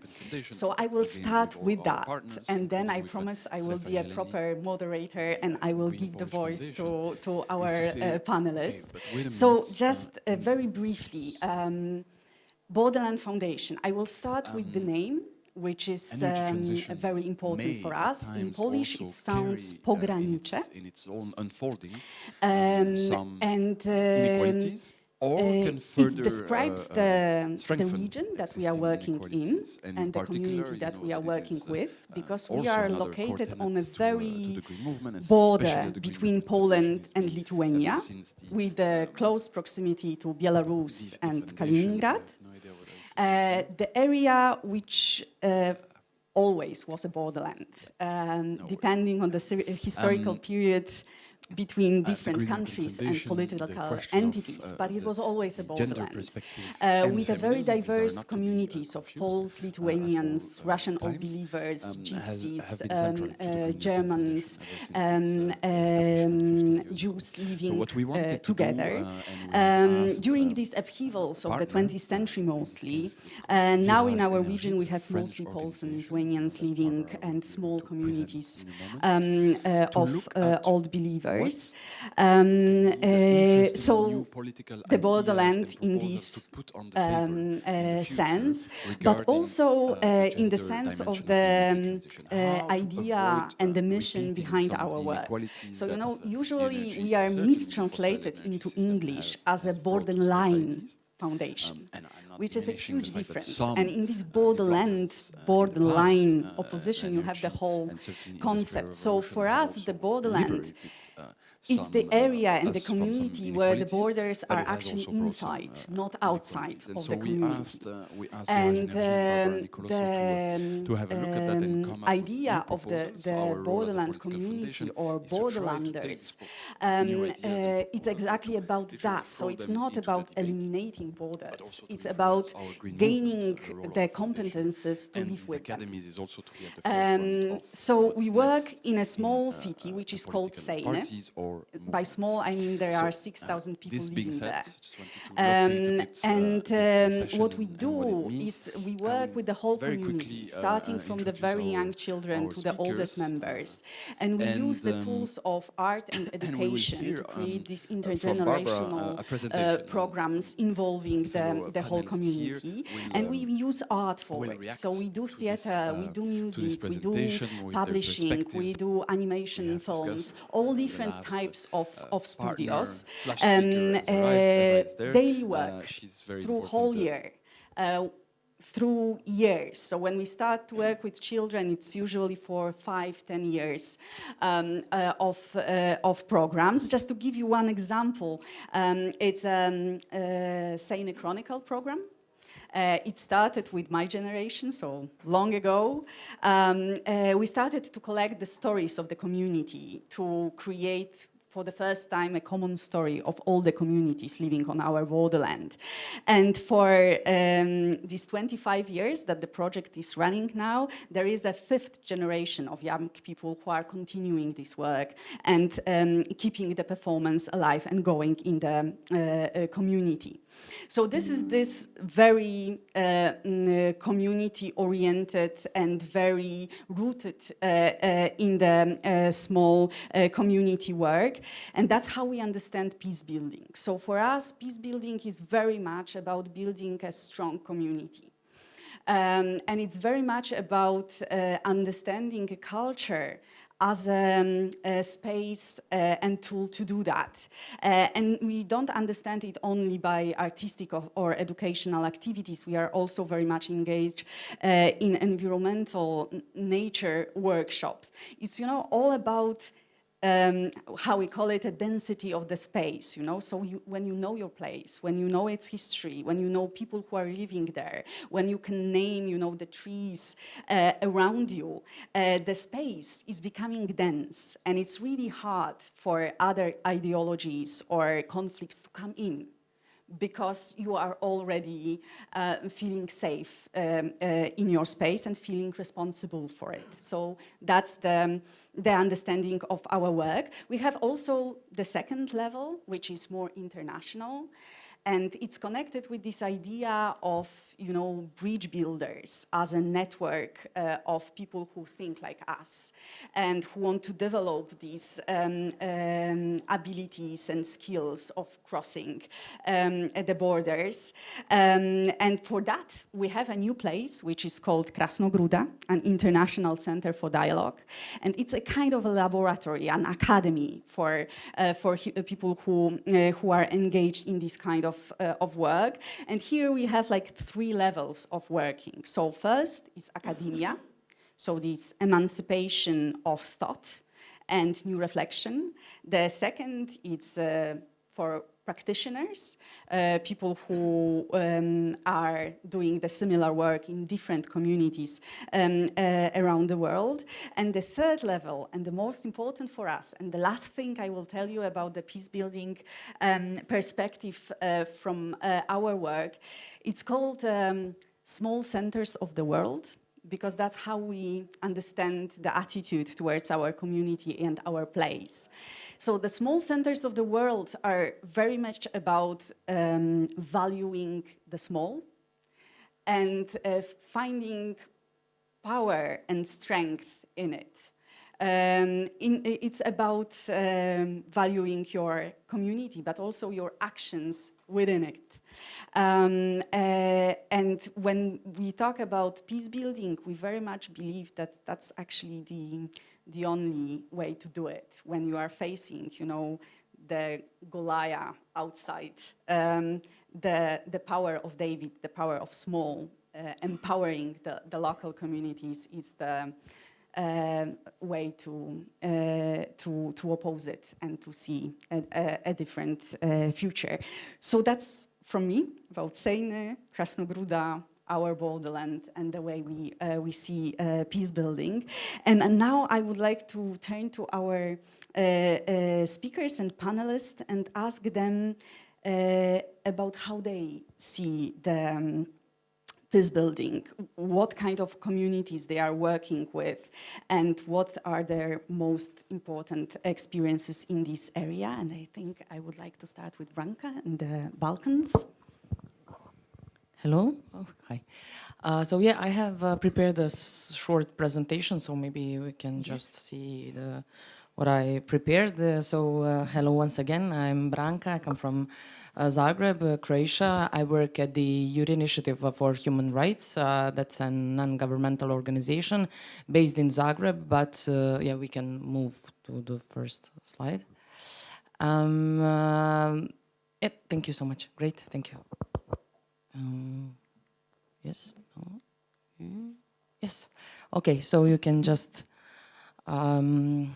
see on the slides some of the photos and some of the maybe key points I want to share with you, and to open the discussion, of course.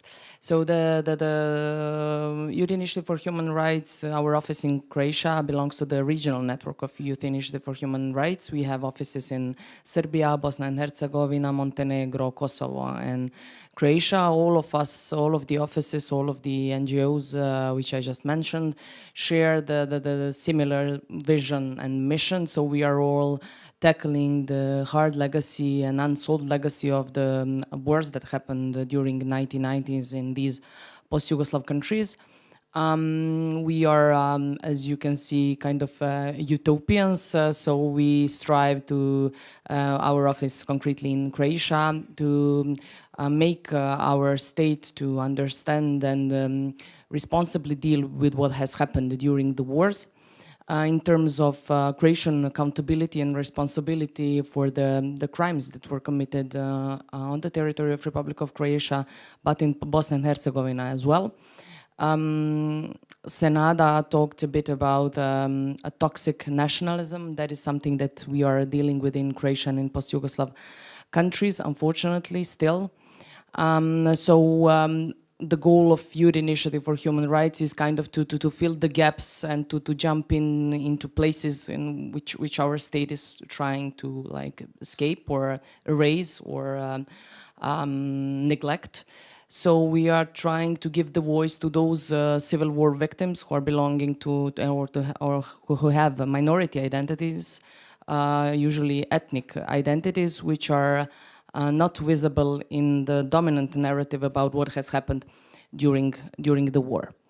So we basically work we use three methodologies in our work. So we work a lot in context of in terms of non-formal education, activism, and advocacy. As the name says, we work a lot with youth, but we are very dedicated to advocate towards institutions on local, national, and international level to change the approach to the past events that took place during 1990s.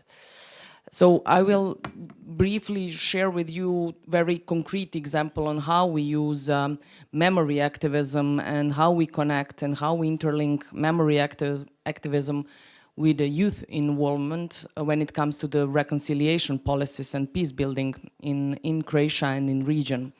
So we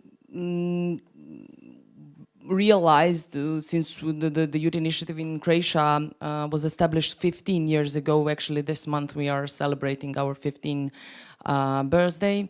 through lot of evaluations we have made with our participants, and there's thousands of them during these 15 years, we established this approach when it comes to the memory activism as a form or as an approach on how to use the experience of what has happened during the war, and to provide with to youth with the concrete facts which were established by the courts, domestic courts and the International Criminal Tribunal for former Yugoslavia, to give them factual knowledge about what has happened, not the mythological perspective, which is quite dominant when it comes to our formal education processes. So firstly, we educate them in the sense that we give them a floor to see what and to share the concrete facts on what has been established by the courts, and we are also trying always to explain or to show very concrete examples on how the past events are shaping on how we create our national identities today, how we perceive our neighboring countries and people who live in the neighboring countries, and to make these links between past, present, and the future. And then we talk with them about very concrete events, and then we go to the places marked, either non-marked places of atrocities which took place during 1990s.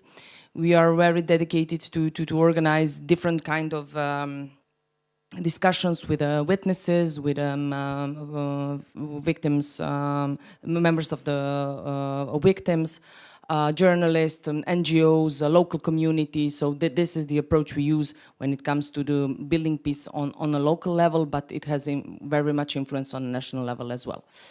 After we go to and after we visit the places of atrocities, we always have specific time for to reflect, to debrief. You have to know that the study visits that we organize are usually the first time for youth participants to get to know with a whole picture or the whole perspective of what has happened during the wars. And it has strong influence to them. And then we are organizing different kind of reflection groups in order to make them encouraged to go back to their local communities.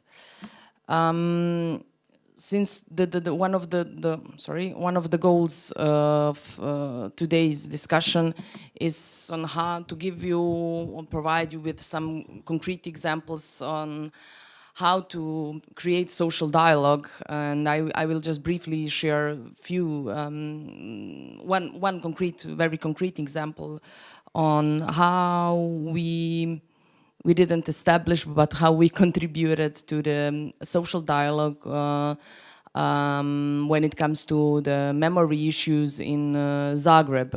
As maybe some of you know, mayor of the city of Zagreb is Tomislav Tomašević, who is a member of a political party named Možemo. They are center left green political party ruling in Zagreb, and Tomislav Tomašević is the first mayor who came to one of the places where a young girl and her mother were killed just because of the nationalistic hatred, because they were of Serb ethnicity, and Mayor Tomašević was the first one to go together with civil society representatives to visit the places and to commemorate the victims of these atrocities. I would say that this is, if I can frame it like that, example of a good practice on how memory could or should be used in order to make the events that took place during 1990s more publicly visible. And as you can see, those who took place in this commemoration processes are local authorities, and different NGOs, artists, and youth. Some of the results which I find quite positive are the ones that are listed on the PowerPoint presentation. Maybe the most important one is that when Mayor Tomašević went to Sljeme and held his speech there, what was specifically positive, that it engaged a lot of mainstream media to cover the events that took place during 1991, and since these killings happened in the capital city of Croatia, and the members of Croatian state basically were responsible for these killings. It is not something that goes within the dominant narrative about what has happened during the war. So this is why it is super important that we have this type of collaboration. And just to, yes, I will conclude here because we agreed about 5 to 7 minutes, so I will respect my time. So yes, this is one of the very concrete positive examples on how to collaborate with local authorities, with different NGOs, with artists. And now I just came from Belgrade yesterday night, and some of the participants who gathered to celebrate 20th birthday of our Youth Initiative Serbia office said that they are quite interested to come to commemorate the killing of little girl Alexandra Zec, and to come this December to Zagreb. So this is not just a local story, this is not just a local memory activism approach. It has, and I can see that it doesn't have just relevance on local level, and not just on a national level either. It has influence on very positive influence on a regional level, with a very concrete influence of youth in the process, and I think that's quite relevant. Thank you for the beginning. Thank you so much.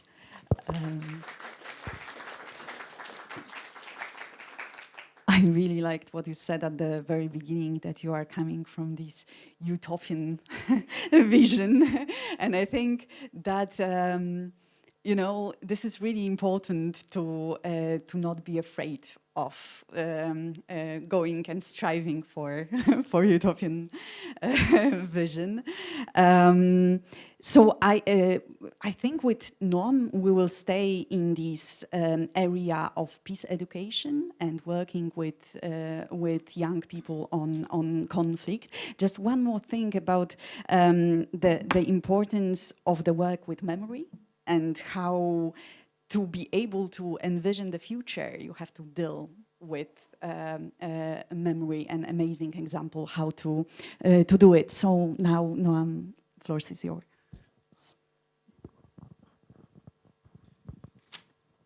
Good morning. My name is Noam, and I'm here today to present you the organization that I'm a part of. It's called the Rondine, the Citadel of Peace. We are an Italian NGO that works in the field of peace education and peace building for almost 25 years. Maybe first thing to say that, first of all, Rondine, before an organization, it's an actual physical place. It's a little village in the heart of Tuscany, beautiful scenery, old medieval hamlet that was abandoned in the 70s, and before, let's say around 80s and the beginning of the 90s, a group of Italian young people, today they're not that young, they were young in the 90s, they decided to take this village and to transform it to some kind of a social endeavor. They didn't know exactly what they wanted to do with it. The turning point was during the Chechenian-Russian war in the 90s. This group of Italian young people was called to help in a mediation attempt between Russia and Chechnya. This attempt failed, by the way. They agreed to a 72 hours truth ceasefire, but it was broke after before the end of the 72 hours. But this failed attempt brought a new possibility. Some Chechenian contact that they have asked them if they can help some Chechenian students to complete their university academical studies, because the University of Grozny was destroyed, as most of the city. And they asked them if they can take them to Italy to just help them to finish, to complete the university studies. And in this moment, they have probably a moment of illumination, and they said yes, just if you will find also Russian students that are willing to come to Italy to study and live together with the Chechenian students.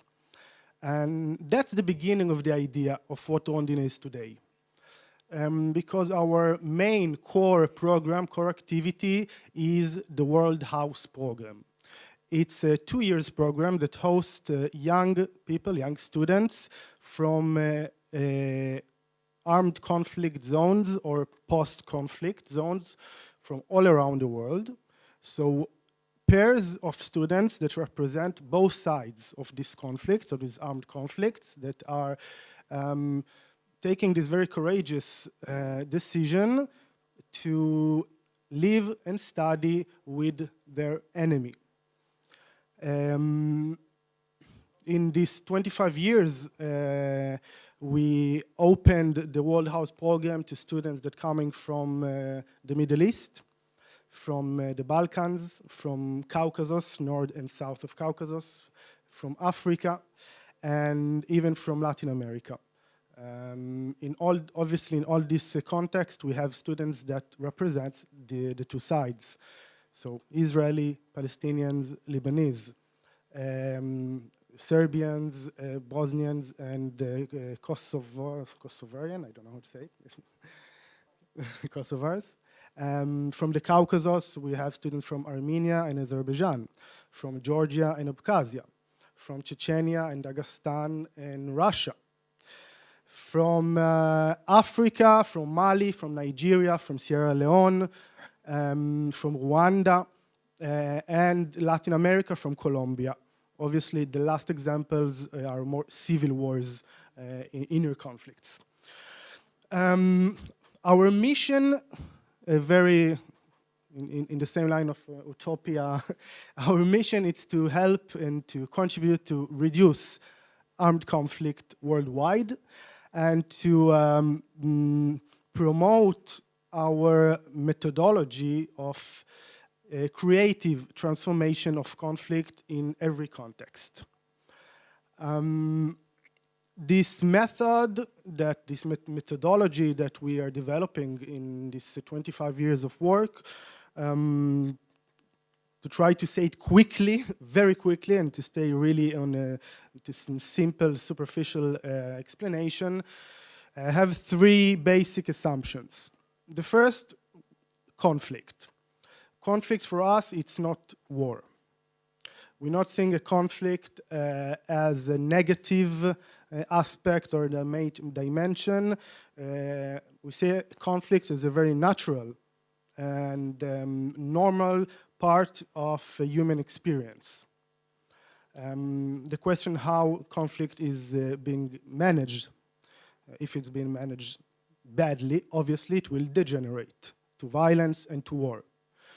If it will be managed in a constructive way, conflict could become a possibility of change, of growth, personal, relation, social growth, and it could be really the engine of change. So this is the first assumption. The second one is about the concept of enemy. This is maybe the provocative point. We believe that enemy, it's a construct. It's a social, cultural, psychological construct. And if it's a construct, it means that it could be deconstructed. And it could be deconstructed by the third assumption, which is relationship. Our approach, it's a relational approach to conflict. Rebuilding relationships between people that are part of collectives that are in an armed conflict, divide communities, to help them to rebuild a relationship based on trust, compassion, empathy, understanding of the other, could deconstruct this distorted image of the other as an enemy.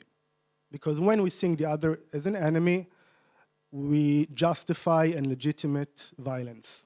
We justify and legitimate the destruction of the other, because it's threatening our well-being, it's threatening our identity, it's threatening our existence.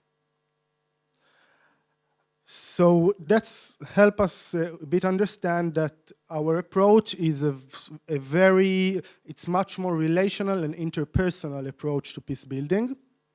We're working not on a large scale, but on a very small scale, around 30 students a year for a 2 years program. So in 25 years, we have around 250 ex-students. We don't have thousands. And maybe to wrap it up and to pass to the next phase of this panel, I will just add that since 8 years, we started to apply this methodology in different contexts. So now we're also working with Italian teenagers, with Italian schools, that they don't have an enemy, or they don't perceive that they have conflicts to understand how to manage and transform. But to actually, also Italian teenagers, European teenagers, if we see it from this perspective, we have a lot of conflicts to manage. Starting from the conflict that we have with ourselves, conflict that can regard identity and what we do, want to do with our lives, interpersonal conflict, social, economical, environmental conflicts. So to have a different mindset and a specific also tool and competence to transform this conflict in opportunities, it's a viable and important aspect of peace education. And also to prevent the creation of new enemies. While with people that coming from war zones, it's more of a restorative approach. With Italian teenagers, it's more a preventive approach. And I will finish here.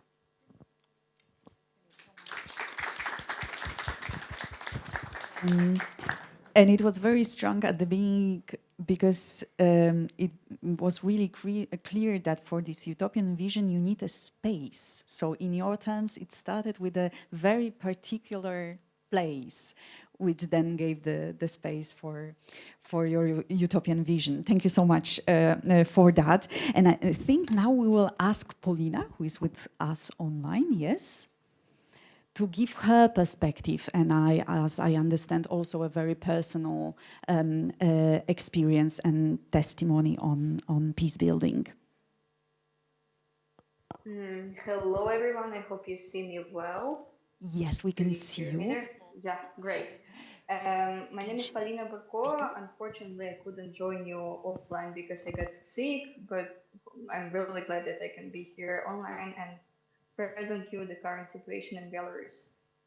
I will be talking more generally probably, but also a bit with my personal perspective, personal experience, and yeah, if you have any questions, you can always ask. Yeah, first briefly about me.